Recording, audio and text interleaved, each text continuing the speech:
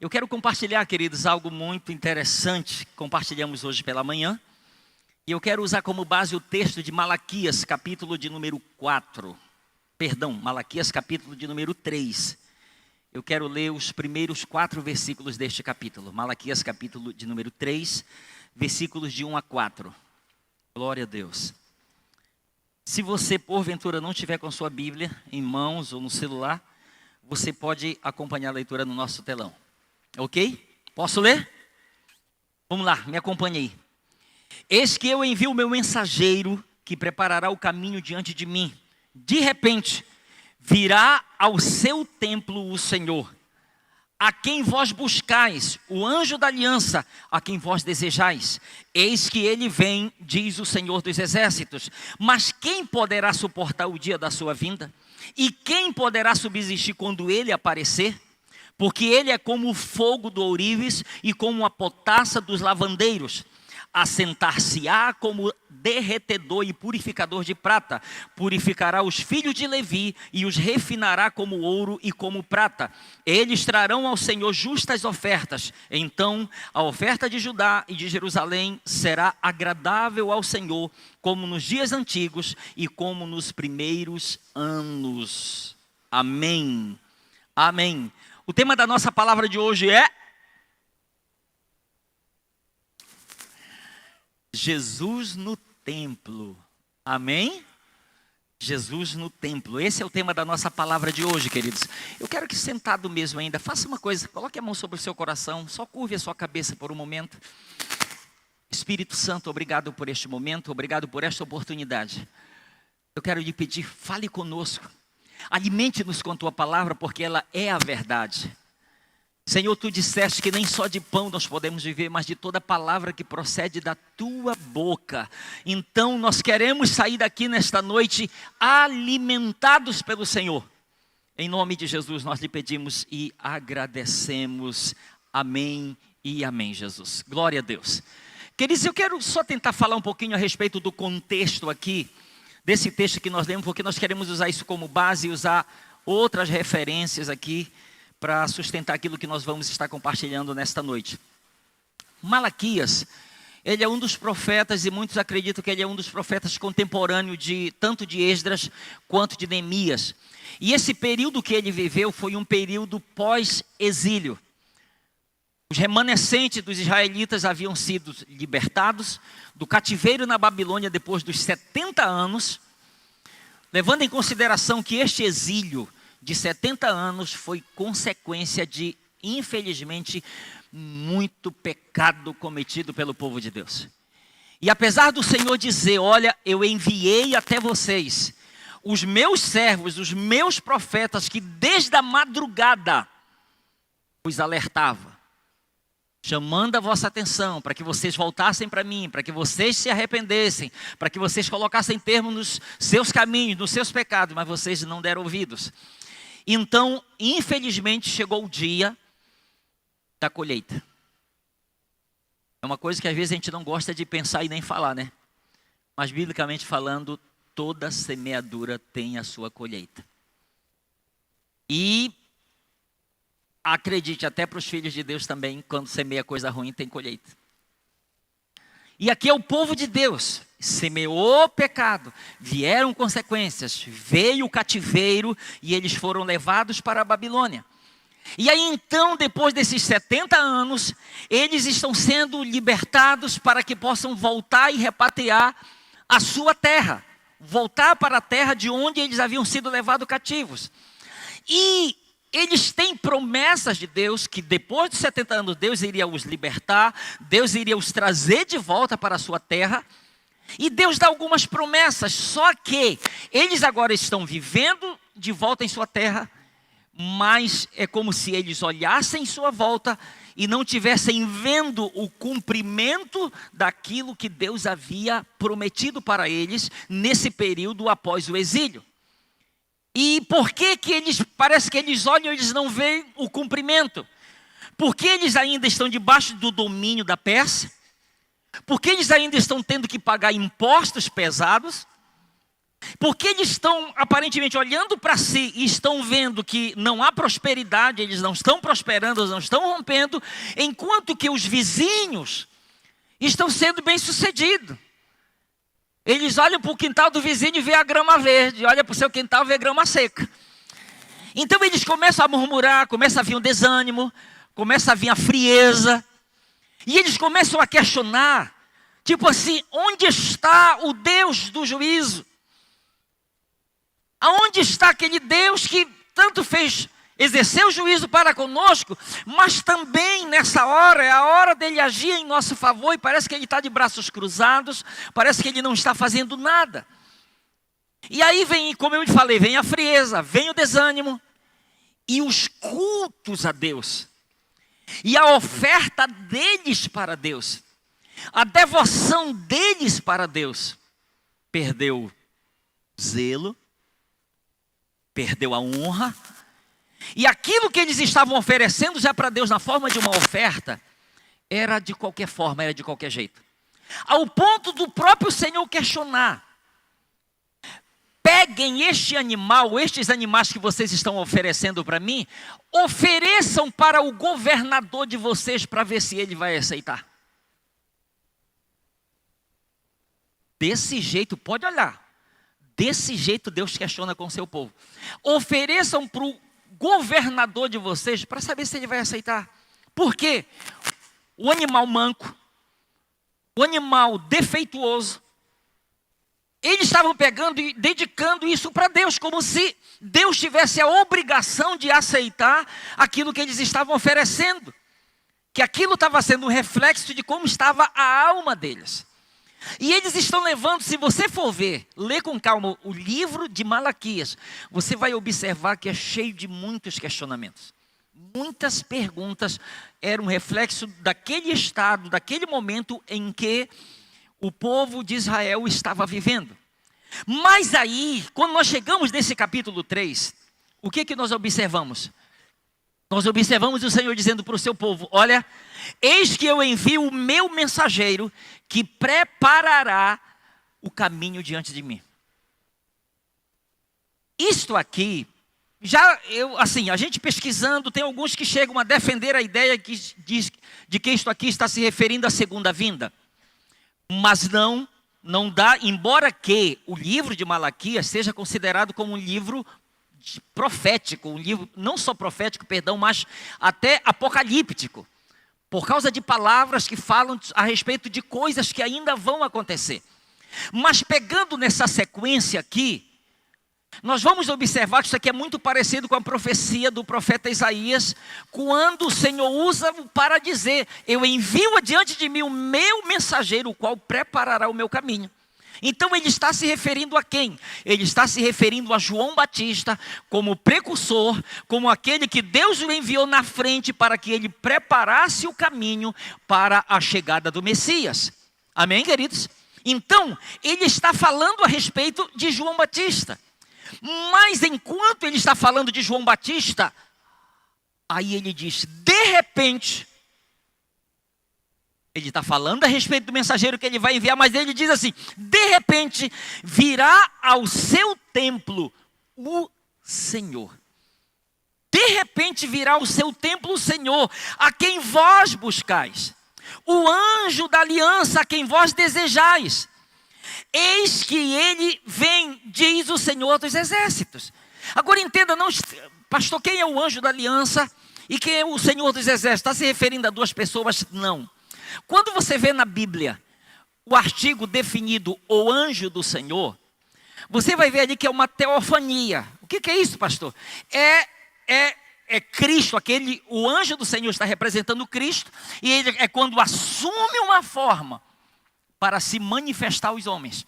Deus, você vê várias vezes no Antigo Testamento, se referindo à presença de Deus, à presença do Senhor, ali no Antigo Testamento, mas em uma forma, é uma teofania. Então, tanto o anjo do Senhor como o Senhor dos exércitos está se referindo à mesma pessoa, está se referindo à pessoa aqui de Jesus Cristo. Então, caminhe comigo nisso aqui. Ele diz: o Senhor, de repente, o Senhor virá ao seu templo. Mas aí ele faz uma pergunta: quem suportará? Quem vai suportar quando ele chegar? Porque ele diz, vocês estão questionando onde está o Deus do juízo? Ele está dizendo, ele está vindo. Ele está dizendo, ele vai chegar. O Senhor vai chegar. Ele diz, quem vai chegar? O Senhor a quem vocês estão buscando. O Senhor por quem vocês estão clamando. Ele diz, ele virá, mas quem vai suportar o dia da sua vinda? Ok, então se ele faz uma promessa, ele cumpre com a promessa, sim ou não? Pergunto de novo, se ele faz a promessa, ele cumpre com a sua promessa, sim ou não? Ok, então considere aqui Jesus cumprindo com a sua promessa. João Batista veio na frente e ele disse, olha, o Senhor está vindo. E aí vem esta palavra aqui. De repente, ele virá ao seu templo. Agora imagine comigo Jesus no templo. Templo. Isto aqui é um templo, sim ou não? Imagine Jesus no templo. O que Jesus ele fez, o que Jesus faz dentro do templo? E eu queria compartilhar com você algumas coisas aqui, não quero me alongar muito, mas eu quero que você caminhe nesse entendimento comigo, do que Jesus ele vem para o templo e o que ele faz no templo. E eu quero compartilhar com você aqui bem rápido. Primeira coisa, no templo Jesus nos ensina. Amém? No templo Jesus ele nos ensina. Eu quero compartilhar alguns textos aqui só para dar base para isso. João capítulo 8, versículos 1 e 2. Olha o que está escrito. Jesus, entretanto, foi para o Monte das Oliveiras. De madrugada, voltou novamente para o... E todo o povo ia ter com ele e assentado os ensinava. Agora, preste atenção que está escrito em Mateus capítulo 26, versículo 55. Naquele momento, disse Jesus às multidões, saístes com espadas e porretes para prender-me como a um salteador? Todos os dias estava onde? Eu me assentava convosco e não me prendeste. Todos os dias. Lucas capítulo 21, versículo 37. Isso aqui é para confirmar as palavras de Jesus. Jesus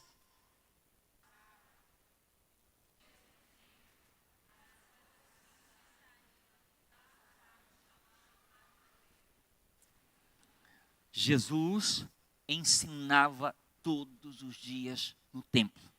Todos os dias ele ensinava.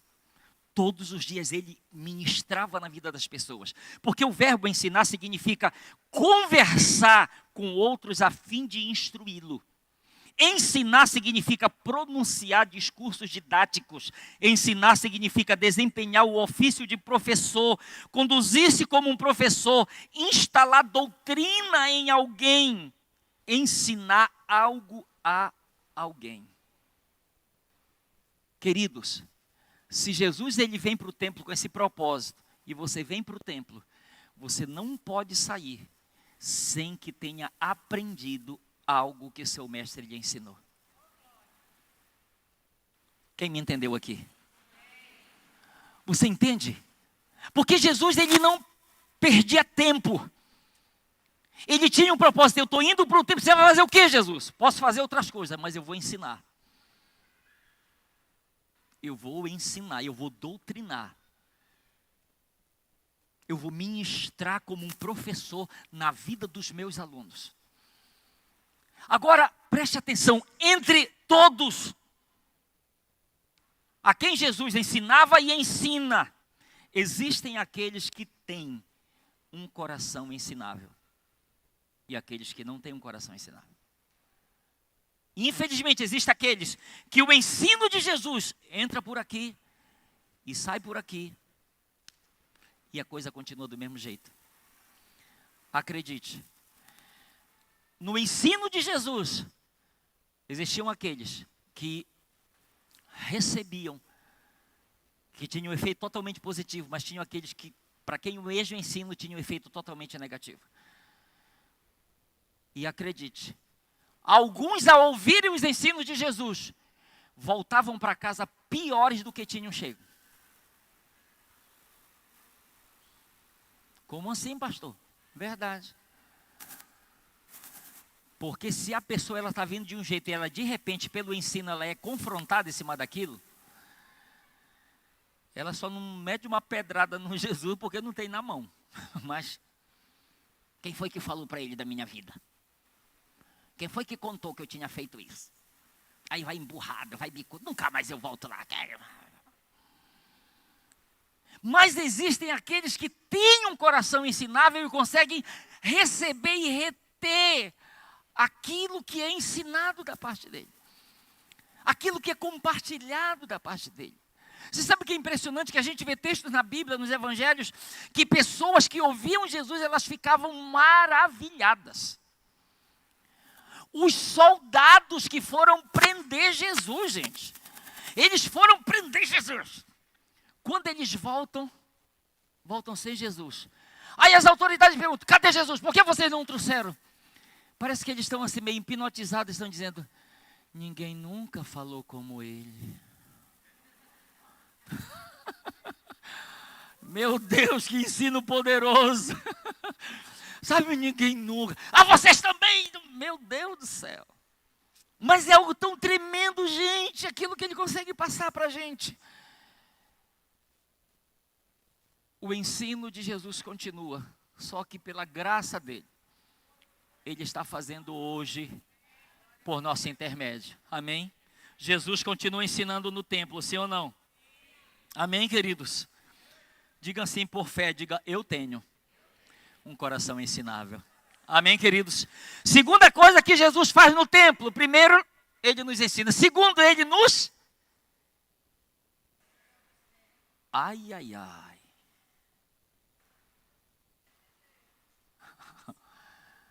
A gente canta aquela música. Ele nos observa. Lembra que é do Caminho de Emaús, né? A gente canta aquilo. Olhe comigo, por favor, a palavra. Lucas capítulo 21, versículos 1 e 2. Isso aqui é no templo que aconteceu. Lucas 21, versículos 1 e 2. Estando Jesus Poxa, Jesus, você não tem mais o que fazer não. Você vai lá só para ficar me olhando, como diz o bom paraense, me espiando. Olhando, né? Estando Jesus a observar, viu os ricos lançarem as suas ofertas no gasofilácio.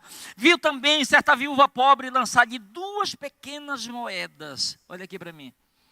Jesus observa ricos e pobres. Jesus observa a todos.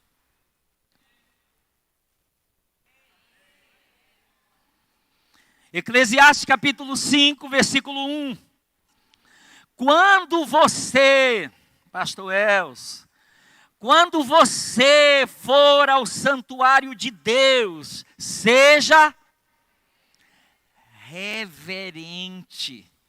Quem se aproxima para ouvir é melhor do que os tolos que oferecem sacrifícios sem saber que estão agindo mal.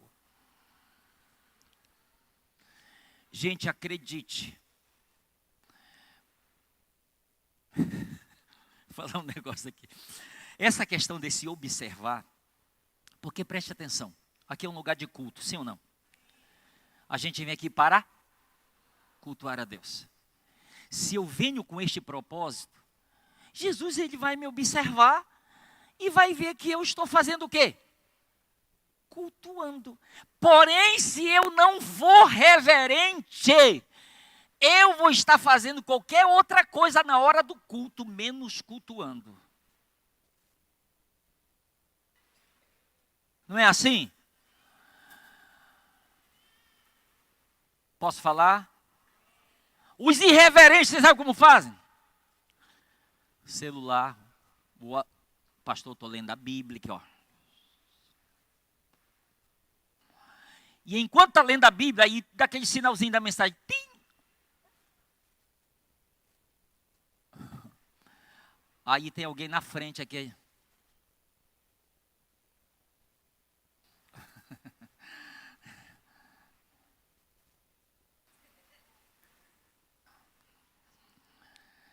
Queridos, pastor vê longe. Pastor vê longe. Um dia lá está eu com a minha esposa, de moto. Fomos lá, de moto, rapaz. Não acredita, olha aí. De moto, fazendo missões. Lá de Monte Alegre fomos para Alenquer, a cidade vizinha, de moto. Quando a gente está voltando, tem uma ponte chamada a Ponte do Rio Maicuru. Uma ponte de concreto bem grande. Gente, está aqui minha esposa de testemunho, eu não parei a moto. Vinha na estrada, quando eu vi a ponte, passei na ponte na mesma velocidade. Aqui, na mesma velocidade. Gente, era uma base de uns 15, 20 metros de altura lá para baixo. O rio estava seco, bem baixo.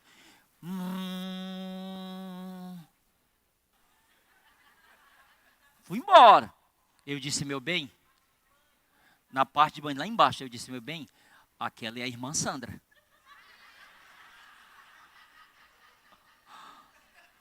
Aquela é a irmã, eu não parei. Foi a irmã Sandra que eu vi lá embaixo. Gente, quando nós chegamos em Monte Alegre, ela foi perguntar, irmã Sandra, a senhora tinha ido lá para Ponte do Rio Macuru, com o irmão Getúlio? Sim. Por que você sabe? Não, eu ia com meu bem na moto lá para Alenquer, ele olhou lá de cima e viu a senhora lá embaixo, perguntou, aquela irmã Sandra? Era ela, irmão.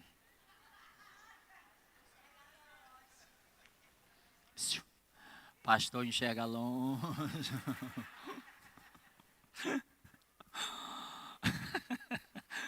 Olha aqui para mim.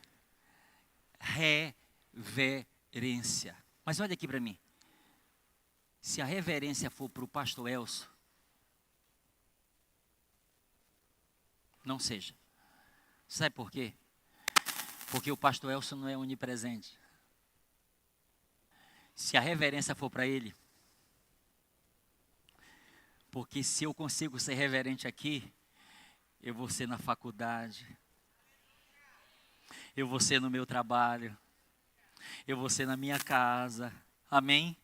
Independente de onde eu estiver, é para Ele, é por causa dEle. Ele merece a reverência, sim ou não, queridos? Jesus, guarde isso, Jesus nos observa no templo, não é para nos julgar. Ele quer ver se a gente está cumprindo com o nosso propósito certo. Eu vim para cultuar, então eu vou cultuar ao Senhor. Eu vim para adorar, então eu vou adorar ao Senhor. Amém? Amém? Terceira coisa, o que Jesus ele faz no templo? Está engrossando o caldo. Pega aí, ele faz o quê? Eita, Jeová bom, aleluia. Mateus capítulo 21, versículo 12. Tendo Jesus entrado no...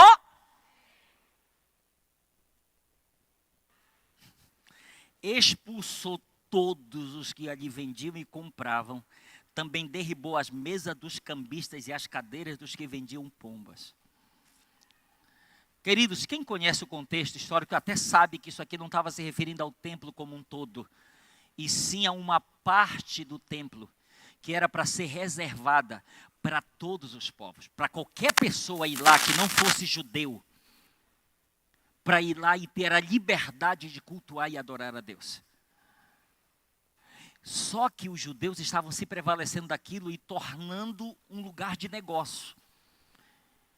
E Jesus chega lá e diz, olha, vocês podem fazer em qualquer outro lugar, mas aqui vocês não fazem.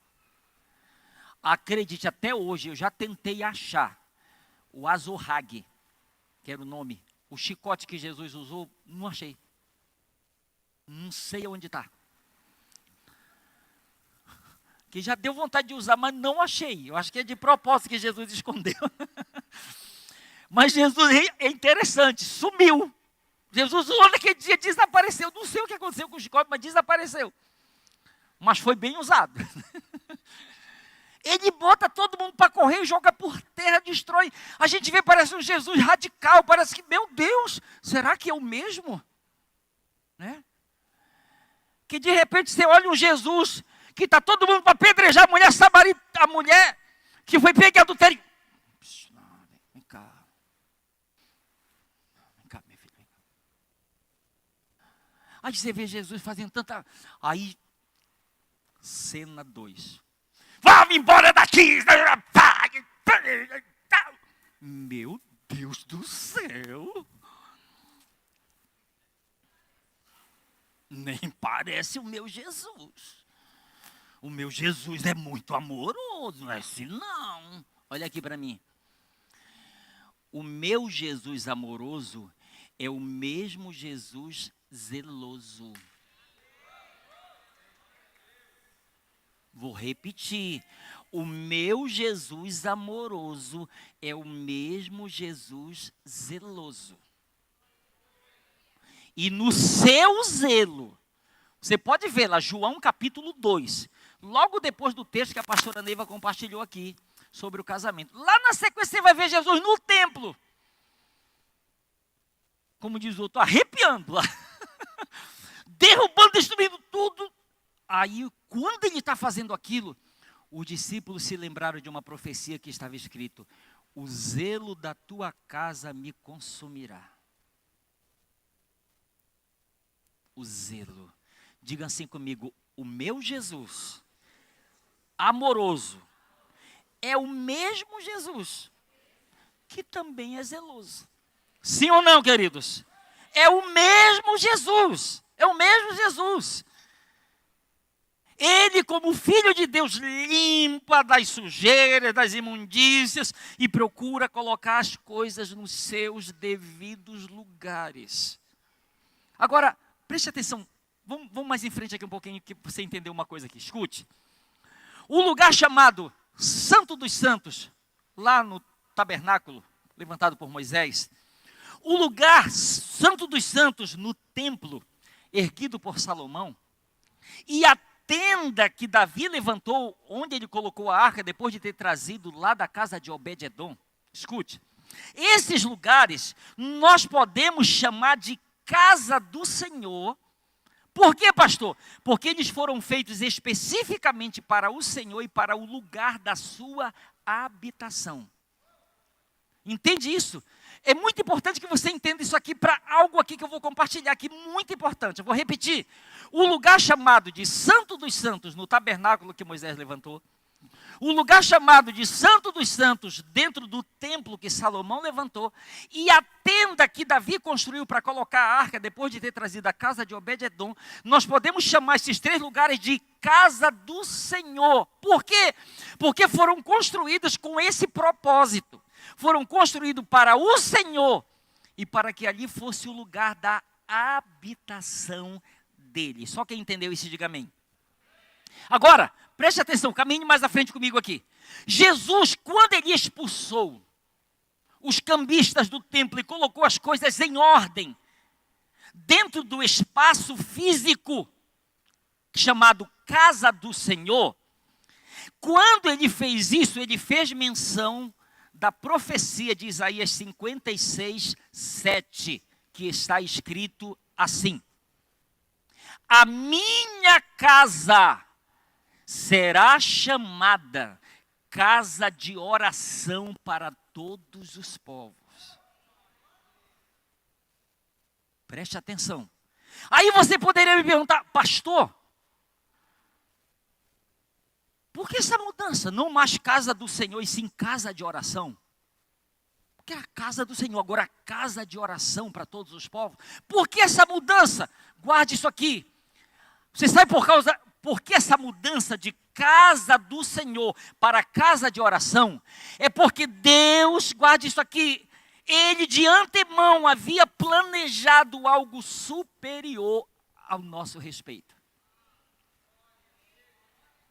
Vou repetir de novo, você não pode perder isso, pelo amor de Deus. Esqueça quem falou, mas não esqueça o que foi falado. Porque Deus usa o profeta Isaías para nos liberar essa profecia. A minha casa, ele diz, está escrito, a minha casa, ou seja, a casa do Senhor, será chamada, não mais casa do Senhor, e sim casa de oração. Aí você me pergunta: pastor, por que essa mudança? Porque Deus tinha planejado de antemão algo superior a meu e a seu respeito. Pastor, você está falando do quê? Caminhe comigo, João capítulo 14, versículos 16 e 17. Jesus disse: e eu rogarei ao Pai, e Ele vos dará outro Consolador, a fim de que esteja para sempre convosco. O Espírito da verdade, que o mundo não pode receber, porque não o vê nem o conhece.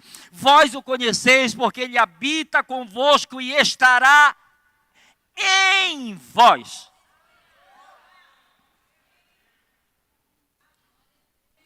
Primeira Coríntios capítulo 6, versículo 19. Será que vocês não sabem que o corpo de vocês é o templo do Espírito Santo que vive em vocês e lhes foi dado por Deus? Vocês não pertencem a vocês mesmos, mas a Deus. Preste atenção. O que era que Deus tinha de maior, de superior, para mim e para você? Quando veio a nova aliança, a nova dispensação, a dispensação da graça, escute, a casa do Senhor, ou o santuário do Senhor, ou o templo do Senhor deixou de ser o espaço físico, o prédio.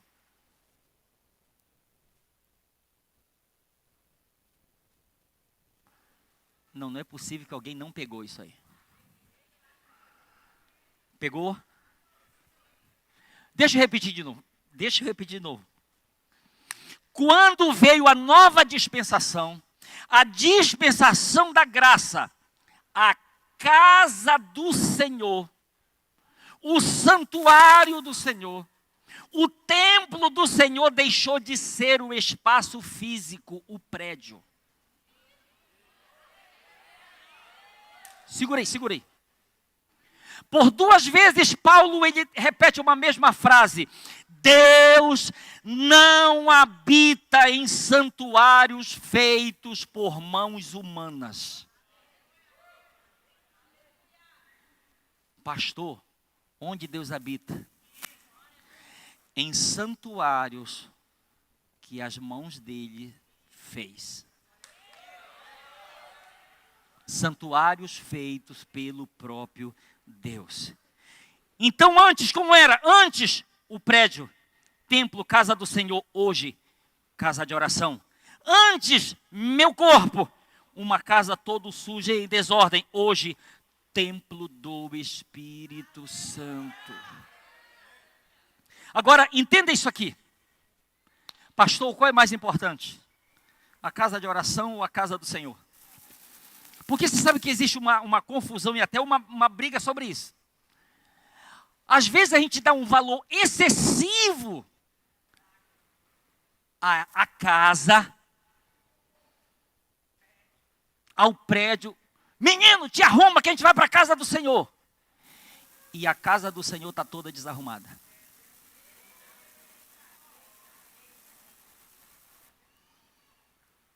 Menino, seja reverente na casa do Senhor. E a casa do Senhor está toda irreverente.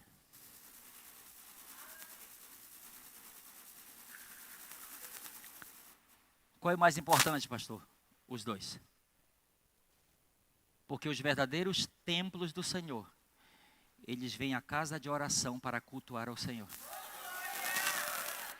Você entende? Se é para ele, pode aplaudir. Entende? A gente vem para cultuar a Ele, como os verdadeiros templos do Senhor. Amém, queridos? Irmãos, quantas vezes eu cheguei a orar, lá no passado, acredito, cheguei a orar, aquela oração bem espiritual, assim, no final da reunião. Senhor, estamos indo para casa agora nos despede em paz. Pega a mensagem aí. Senhor, agora nos despede em paz. Você sabe o que eu estava dizendo? Jesus, fica na tua casa, que eu vou sozinho. Tá bom, meu filho, vai em paz. Ele está dizendo, eu estou pedindo, nos despede em paz. Tá bom, eu te abençoo, vai em paz. Porque parece que Jesus tinha que ficar na casa dele. Quem entendeu bem claro aí? Diga, casa de oração e casa do Senhor. Amém? Agora, vamos chegar nessa reta final aqui, preciso.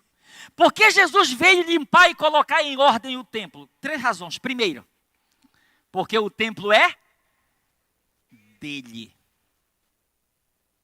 O templo é dele. 1 Coríntios capítulo de número 6, versículo 20.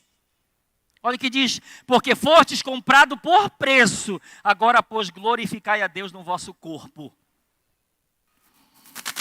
Ele limpa, ele arruma porque pertence a ele, porque é dele. Malaquias, ele profetizou dizendo: de repente virá o Senhor ao seu templo.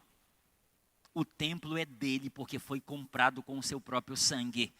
Quem pode dizer: a minha vida pertence a ele? Amém? O templo é dele.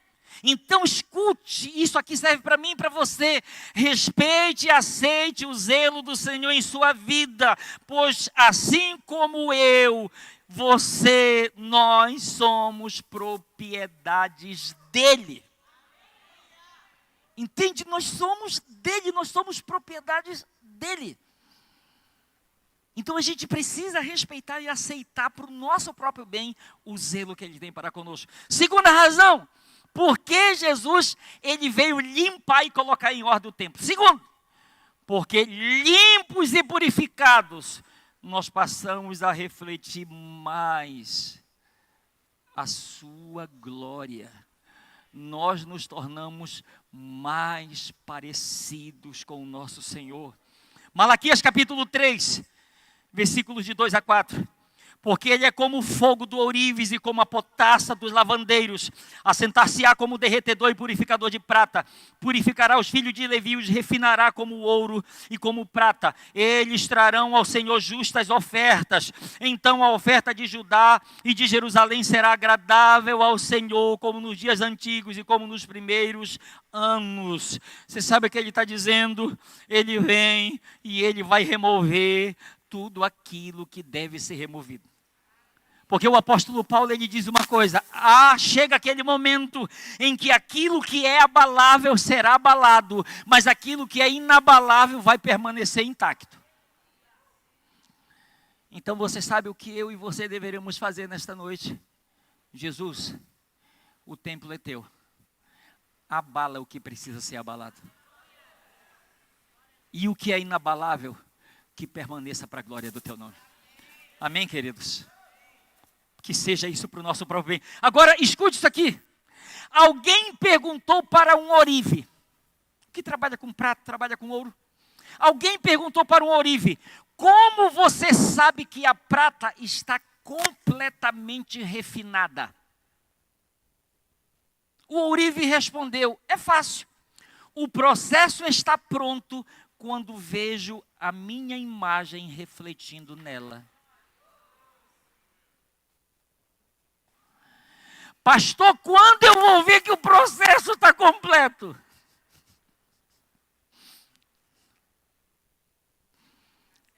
Quando a imagem dele estiver refletindo na sua obra.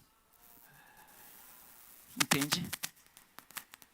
Isto em latim é imago Dei, imagem de Deus.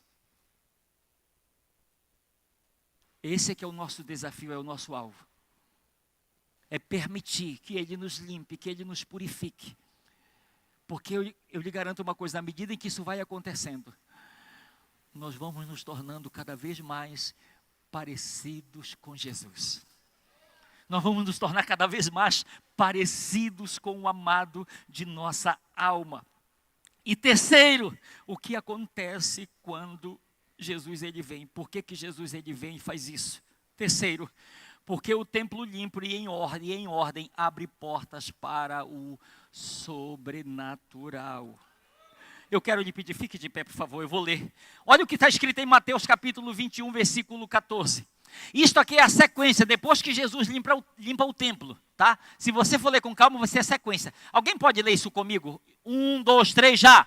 Vieram a ele no templo cegos e coxos, e ele os...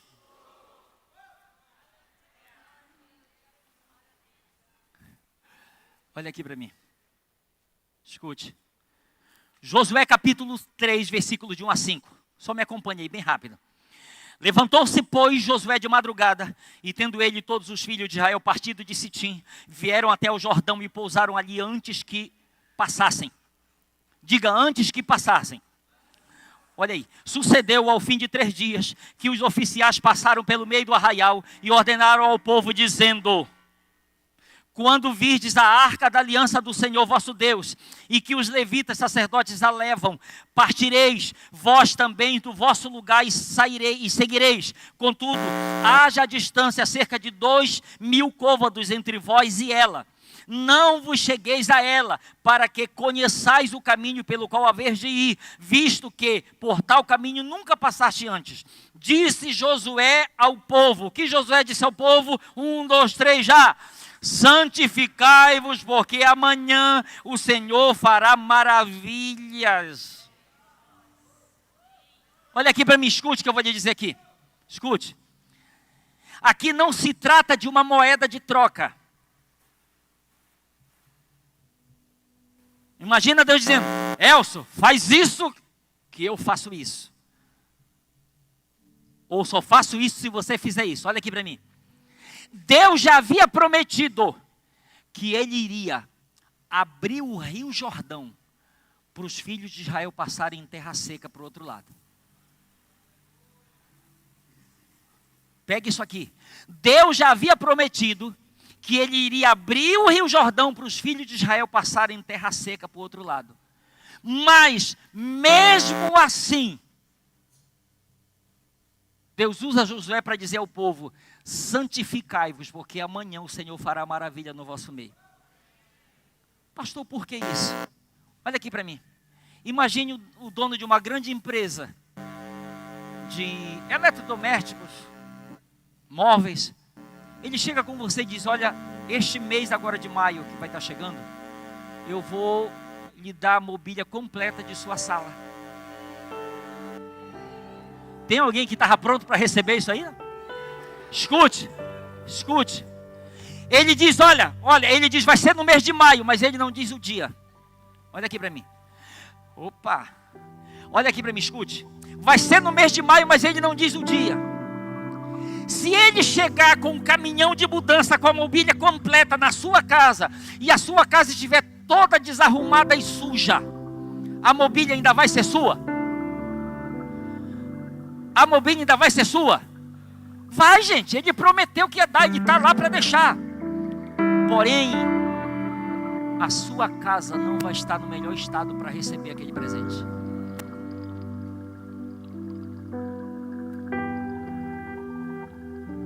Deu para entender?